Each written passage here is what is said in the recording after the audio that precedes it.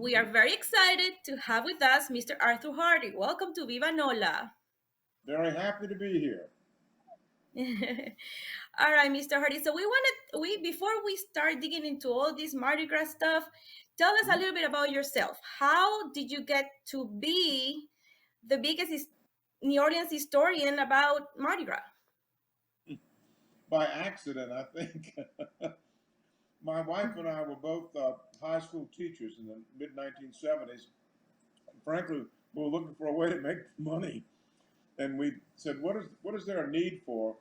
And as simple as the idea was, no one had come up with the idea of a magazine. Like you have TV guide to have a week's worth of television viewing. Why not a Mardi Gras guide to plan a whole season's worth of parades? Pretty easy idea. But before that, if you wanted to know what was going to happen at tonight's parade, you bought the morning newspaper. That was it. Tomorrow, you had to wait for the paper to see what happened that night. So the idea was rather simple, but it was very difficult to execute. And we lost money for the first 5 years. And my wife likes to say, well, we're more stubborn than smart. But we stuck with it and eventually became a success. But growing up in New Orleans, I used to go to parades as a musician in high school and junior high. I marched in parades.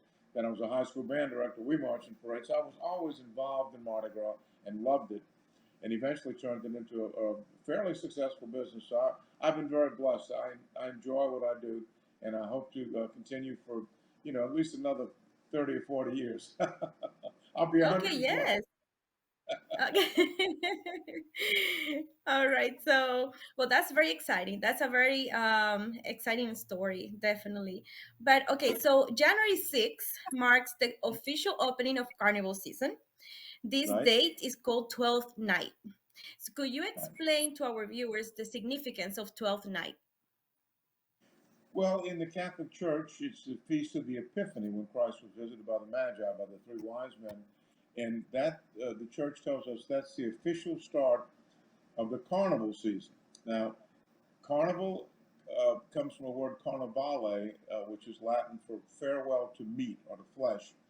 So the carnival season starts on Epiphany and it ends on Mardi Gras, which is French for Fat Tuesday.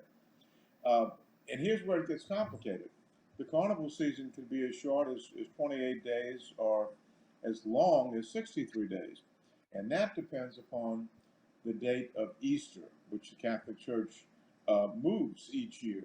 So you can have a short season if Mardi Gras is as early as February 9th, or a late season if Fat Tuesday falls on March 6th. So there's a big spread there for how long the carnival season lasts. And the Catholic Church basically said you can have a lot of fun and you can feast during the carnival season before the fast of Lent, which starts on Ash Wednesday. So it's the party before the penance. I don't know that many people in New Orleans are thinking about the religious significance when they're out partying on Bourbon Street on Fat Tuesday, but you'll see those same people in church the next day getting ashes, from dust to dust. So there is Yeah. a connection to the Catholic Church. And when I tell visitors Mardi Gras is connected to religion, they say, "Hey, where do I join that church? This is a lot of fun." Huh? That's good. So January 6th also starts the of course Carnival season, like I said, and King cake season as well, That's right. right? If you're a Yes. So traditional time, you won't uh-huh. eat king cakes till January 6th. That's the first day it's legal. Yes, yes. I don't understand how people can eat king cake on December. Well, some do, but I don't. I wait until Yeah. King's Day to do it, and it's a wonderful tradition. Yeah. So how that's my question is, so how is it compared to the king cake that we all know today? The how old is the king cake? How old is the king cake? Yes. I didn't. Well, it dates back to the 1600s in France. Now they didn't have a plastic baby doll, and they used to put a bean or a coin or a pecan or something. But basically, the tradition is whoever gets that object in the cake is the king or queen, and that's the good news. The bad news is you have to buy the next cake or throw the next party. So it's a fun tradition, Mhm. and we export that now. Hundreds of thousands of king cakes are shipped out of town to people to give them a little sense of the Mardi Gras season. Uh, Mhm. it's very bad for your diet. You know, a lot of people after Christmas want to go on a diet, but you can't do that in New Orleans. Not our diets start on Ash Wednesday. Did you, Mr. Hardy, do you prefer the traditional king cake or the one that with all the filling? No, I'm a traditionalist. I'm an old fuddy duddy. I like the Yeah, old stuff, just the plain cake. That's my favorite. yeah. Okay, so let's talk about a little bit a Mardi Gras cruise. So in the past, Mardi Gras cruise were neighborhood oriented. Now it's bigger, super cruise surrounded by smaller crews and fewer days of parades, like Hercules in Gentilly and Gladiators in San Bernard. Now there are more diverse crews like Muses are all they're all which are all female. So, how Mhm. Mardi Gras crews evolved from the past to the way they are now?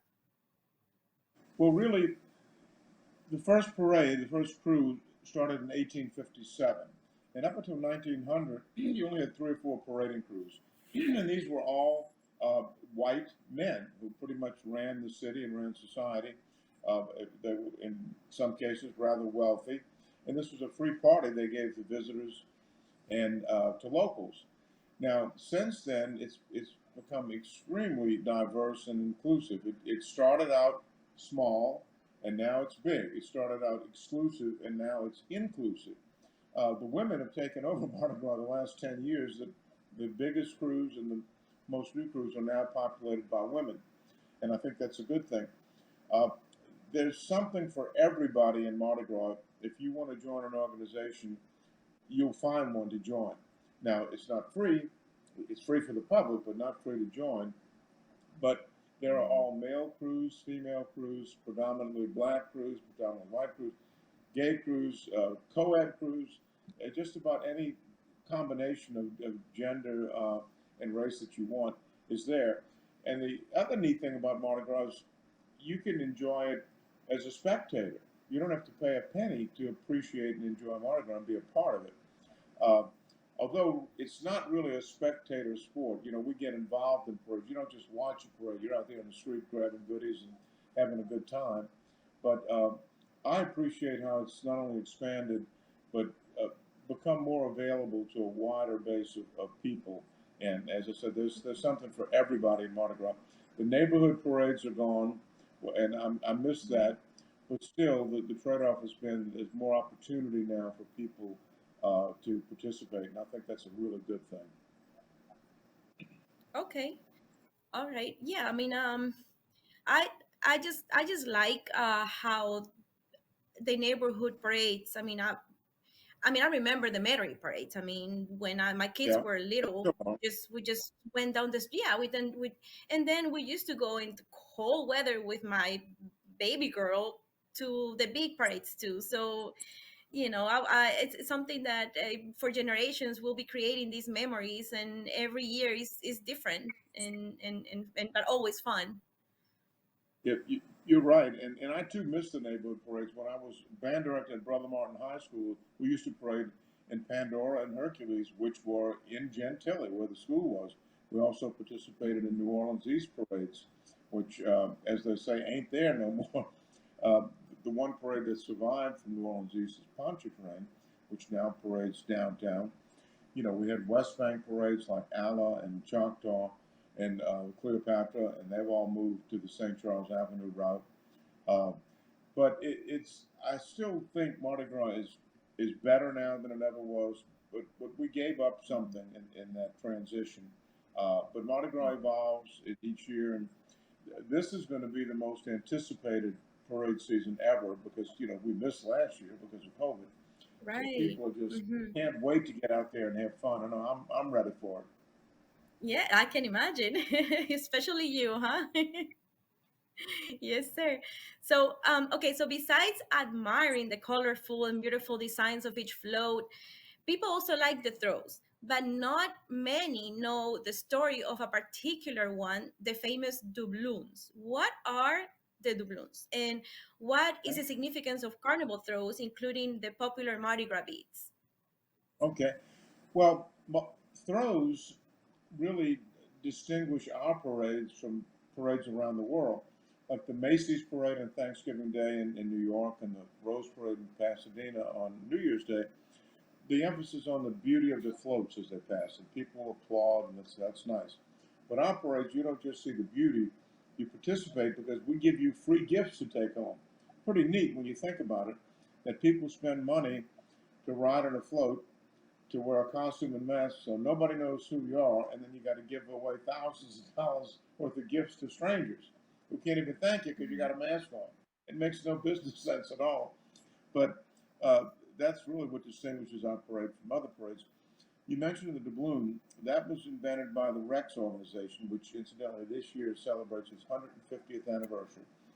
They did that in Okay. 1960, and it was really the first what we call signature throw.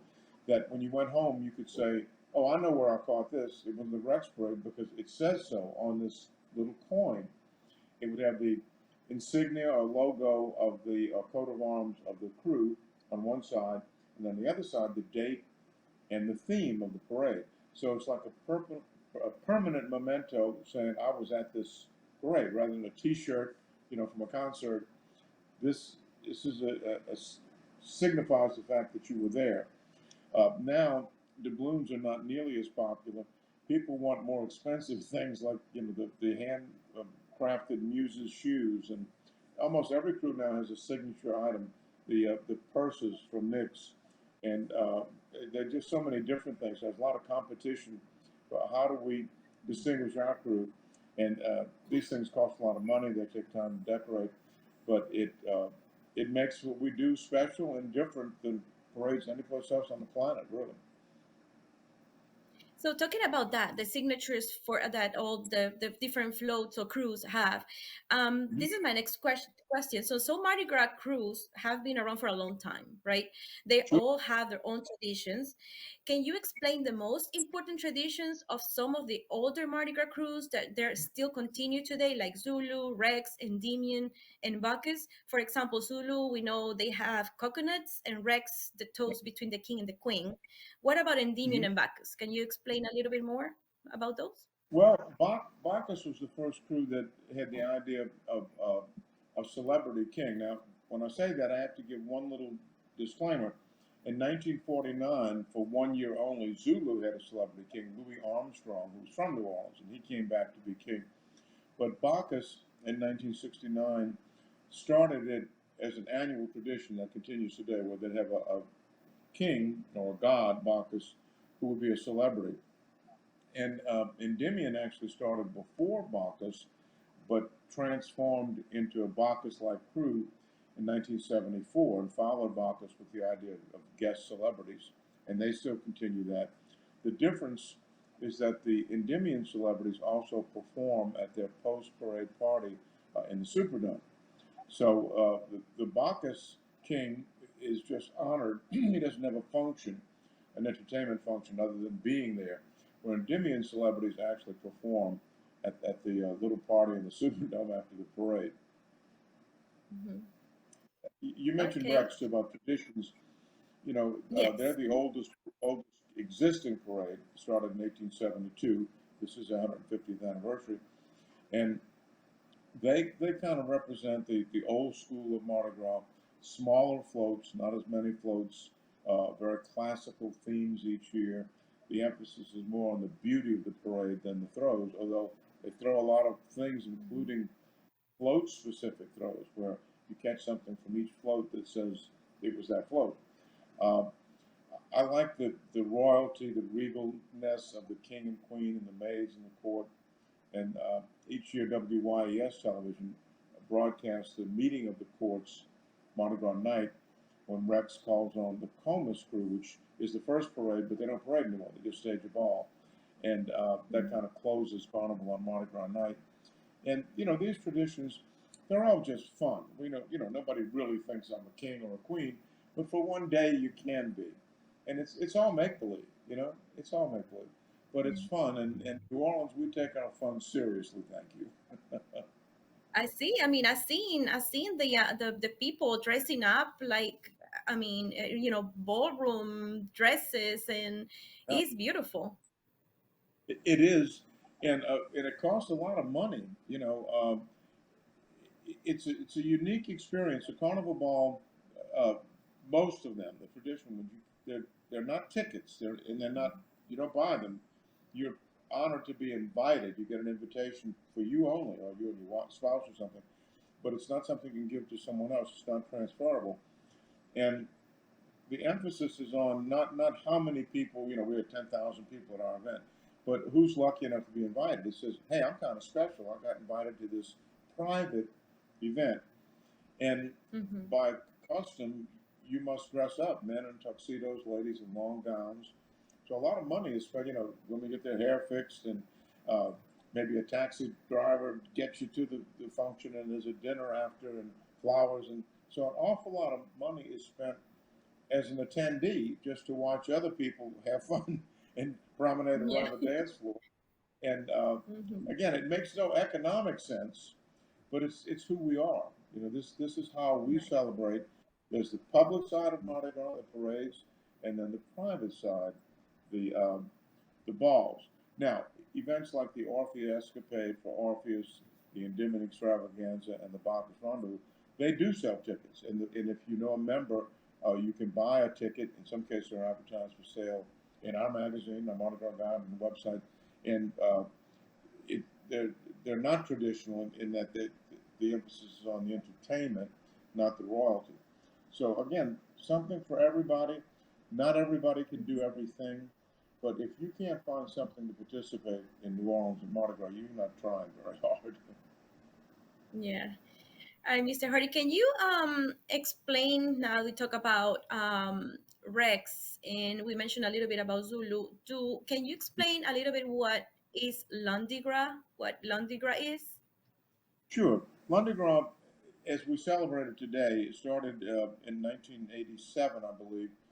Errol Laborde, who was the editor of New Orleans Magazine, came up with the idea of a Monday night event that would really bring people to the city and be part of a celebration on a night that really, for years, had only had one small parade on it. Um, and it really is a throwback to a tradition that started in 1874 and lasted until 1917, where Rex would actually come in on a steamship, get off on, we're talking on Monday, Lundi Gras Monday, Fat Monday, and have a Monday parade to City Hall. It was like a military parade, and we get the keys to the city, and it was a really, really big tourist attraction. But it stopped in 1917. And so Errol Aboard, with some help from city officials and crews, decided to let's kick this up again. And now it's a really big deal. Uh, and of course, we have not just the Proteus parade that night, but also the Orpheus parade. So there are parades that night. There's the landing of Rex, and now Zulu got into act, and they land at Waldemar Park and have an all-day festival too.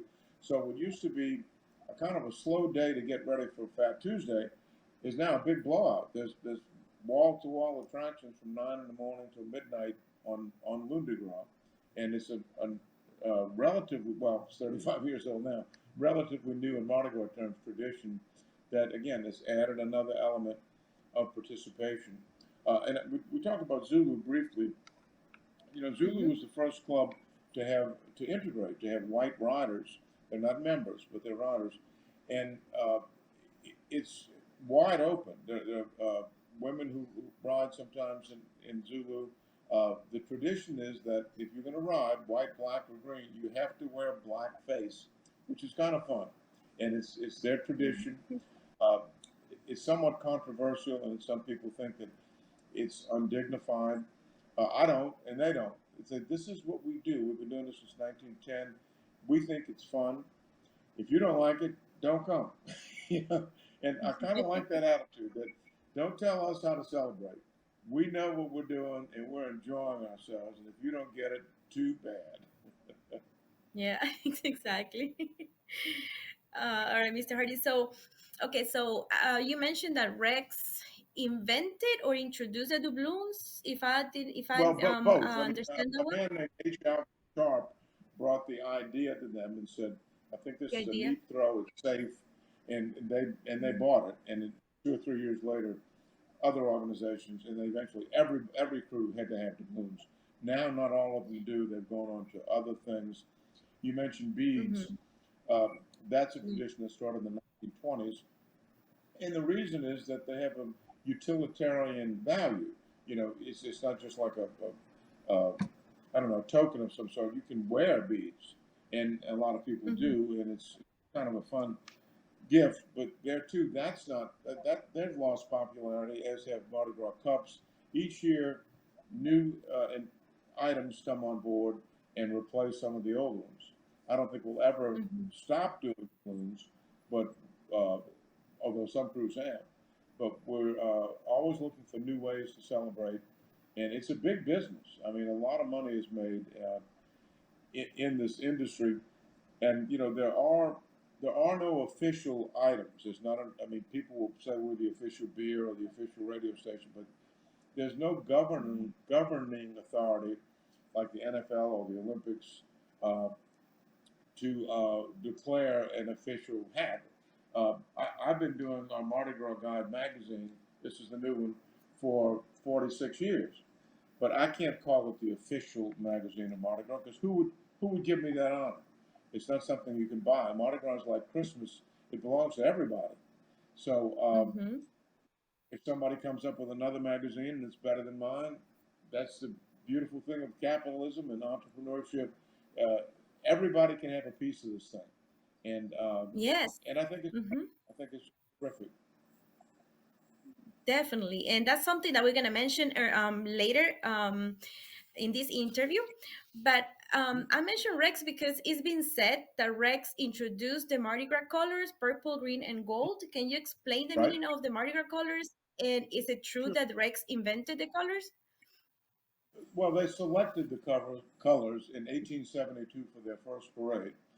Now, I mentioned my good friend Errol Laborda earlier. He's done research that uh, his theory is that they were selected because they follow the rules of heraldry, like coats of arms and all, that require a medal of some sort be in the middle, and that medal is gold.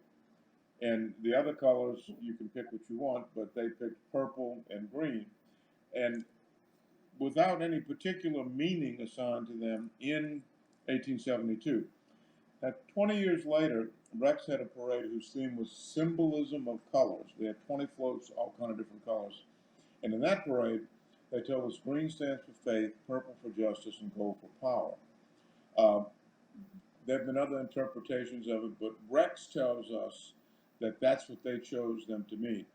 They didn't choose it. They didn't choose those meanings in 1872, but now that's what they accept, and there's no question they selected those colors 150 years ago. Okay. All right, that's interesting. I think that's fascinating. All the so many that people don't realize how many histories behind all this. Yeah, It's yeah, and that's amazing. what I love about it. I think it's a school teacher in me still, but you Hmm. can enjoy a parade just for the fun of catching things, and that's what we try to do in a magazine: give information for different layers of interest. If you want to just know what you're going to catch, we try to tell you that. But if you want to know who was Bacchus, who was the god Bacchus, what's the mythology behind that, Hmm. and parades can just be enjoyed at several levels. The beauty of the floats, who designed them, what does this mean, or just go out there and have fun and catch something. Whatever you want to do. Yeah. Uh-huh. Yes, sir. So let's talk about a little bit about the economic impact. So, what's the economic impact of Mardi Gras for New Orleans and Louisiana? No one has been ever able to accurately measure it. There was a UNO study done years ago that said it could be as much as $1 billion. I think that's a little bit on the high side, but I do think it brings in uh, several times more than like the Super Bowl. Uh, it's hard to measure the economy because a lot of it is a kind of underground cash economy. Uh, and how do you determine how much a visitor spends? You can find out what their hotel room was, but what did they spend on meals? And uh, but it's safe to say On the low side, probably $400 million. On the high side, maybe three-quarters of a billion. But those are educated guesses. It's Mhm. big business. And when we lost Mardi Gras like last year, it was devastating to a lot of people in the industry, including myself. My income was down Mhm. 78% last year. We printed a magazine, even though we knew there'd be no parades, because our magazine has more Mhm. than just parades. But obviously, it didn't get the support it would in a normal year. And I'm just one small player, so a ton of money was lost last year, and I I think can that may imagine. have had something to do with the decision this year that we're going to try to do it this time, and I think it's going to be a very successful Mardi Gras. We don't know if it'll be back to 2020 standards. We don't know how many visitors are going to come. That's a Mhm. real question mark right now. But hopefully this Right. virus has peaked, and by the time the parades start, it'll be under control and visitors will be welcome. And that brings me to my other question. Where do you see Mardi Gras in the future? Hopefully, no more COVID. So it will be, Yeah, yeah. Well, no, we're assuming that'll be over with. I don't think Mhm. it can get much bigger. In Orleans Parish, we have 33 parades, and city ordinance wants to see that capped at 30 parades by attrition. So if and when we lose three parades, the law right now says we can't add any until we get below 30. So I don't think it needs to be bigger. It can always improve. There are always innovations. And what are those going to be? We don't know. I mean, that's the beauty of it. You come up with a great idea, and you'll be able to sell it to a float builder or a crew captain. Um, that's how our publication started. Some crazy fool with an idea to do something, and there's nobody to tell you no. That's the neat thing. As long as you're not breaking the law, of course. You come up with a great new throw, and you might become a millionaire. Um, you don't need the authority Wow. from anybody, and that makes it fun, and it also opens up a lot of opportunity for people. Like there's no such thing as an official Mardi Gras poster. So if you're an artist and you Mhm. come up with a knockout idea for a Mardi Gras poster and you invest in it and get it printed, you could be extremely successful uh, because that's what's available to you. You don't have to license it or anything. Um, and Right. it's provided a lot of income for a lot of people because it is so available to anybody with willing to risk, make an investment, and if you have creativity on your side, you got a good shot. Yeah. All right. Mr. Hardy. So I kind of mentioned on our email the about Viva Nola, which is a bilingual magazine. Hmm. Um, and of course, we are, everything about our Hispanic community. Okay, Sure. we share all what Orleans have to offer to our community. So, what can our Hispanic community do to be more involved during Mardi Gras? Well, I wish I could say start your own parade, but again, in New Orleans, there's no opportunity. Although there would be in Metairie and in St. Tammany, they would welcome new parades. But at the very least, you can participate by enjoying the celebration. Come to the celebration. Uh, Perhaps start some sort of a marching or dancing unit, as many groups have. Uh, Parades are always looking for unique groups to participate in their parade. Uh, I mentioned that you can't start a new crew in Orleans Parish, but you could participate in like the two truck parades that follow Zulu and Rex on Fat Tuesday. Uh, these are made up of neighborhood groups, fraternities. People are just band together because they have a common interest, and there's a lot of opportunity there to rent a truck float, decorate it, and that opportunity has always been there, and that would be a good way to start. But I think the main thing is just come to the parades. You don't need a ticket. There's no entrance exam. That's the beauty of Mardi Gras. When you're out Yeah, there on Fat definitely. Tuesday, and everybody's masked and costume, you don't know if the guy next to you is a bank president or a burglar. We just say having fun, throw me something, mister. So at the very least, the community can participate as spectators, if you will. Right. So I should mention that Mr. Arthur Hardy's Mardi Gras Guide has sold more than 2 million copies and is also an award winner. Thank So, you. any plans on doing an Arthur Hardy's Mardi Gras Guide in Spanish? Uh, I would love to if there was the market to sustain it. You know, it's a business, and the business model Mhm. would have to say, you know, when you go to a bank and borrow money, and they say, all right, tell me how this is going to work. How many advertisers would that bring? How many copies would you sell? So I would love to see it in Spanish. I really would. But economically, I would have to be convinced that it would be worth the risk. You know, there are no guarantees in business, but Mhm. it's an idea that I've actually considered in the past, but just have never been able to figure out economically how do you make that work. Okay. Printing is very expensive, and Okay, but so is I can, distribution. You know mhm. that, I'm sure. Yeah. Yeah, no, I'm just saying, I was about to say, I mean, I can assure you that there's, I mean, in Latin America, there's a lot of people that visit New Orleans for Mardi Gras, Oh yeah, and they will yeah. love to have one of your magazines and guides so they can know, where to go, what parades to see, and, and all that information. Well, maybe we can get the tourist commission to sponsor that. How's that? You Oh, and I that will have to be talk. that will be wonderful. Listen, I would love it. I'm an entrepreneur. I'm always looking to expand my base, and again, Mardi Gras is for everybody. So if we can expand the interest, that would be a win-win. You know. Right. Yep. Hopefully. Yes. So just what to conclude, yes. So to conclude our interview, Mr. Hardy, can you share with our Viva Nola community any final thoughts about what Mardi Gras is all about for us here in our beautiful city of New Orleans? To me, I think it's almost genetically encoded in our DNA. You know, it's they've tried Mardi Gras in other places, and they have a successful Mardi Gras in other parts of Louisiana and Mobile and all. But in other cities, when they've tried to duplicate this, it hasn't worked because you have to understand what it's all about. You know, when you realize how many people you have on the street, and many of them have been drinking a little bit, how remarkably safe and wholesome it is. So, people just come together. There's almost a brotherhood on the street. And I ride in the parade and I get to see that.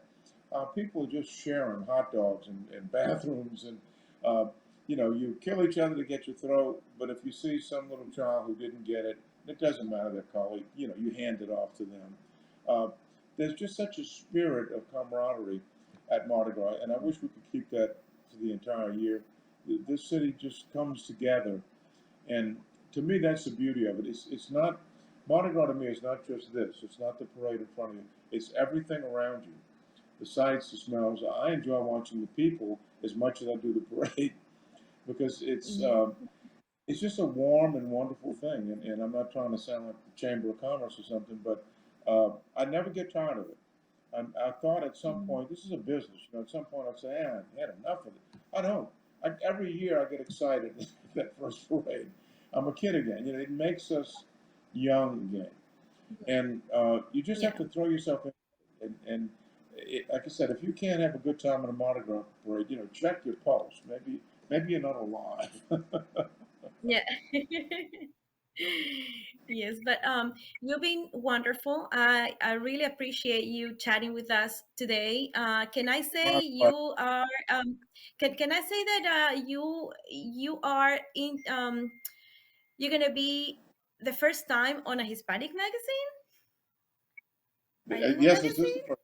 Yes. And I appreciate the opportunity. And I wish I could Yes, speak no, we Spanish, but appreciate you. one of the many Yeah. things I don't do well. It's okay. That's what we're here for, to share everything that you know, all your Yes, expertise about this wonderful carnival, season and all what Mardi Gras is all about. So we appreciate indeed. you again for your time. Thank, Thank you thank so, you. so And much. everyone else who's watching, and I'll see you at the parade. Let's have a good time, huh? A safe time. Yes, yes, sir. Thank you so much. Ana Maria, you want to add something while you're there? You still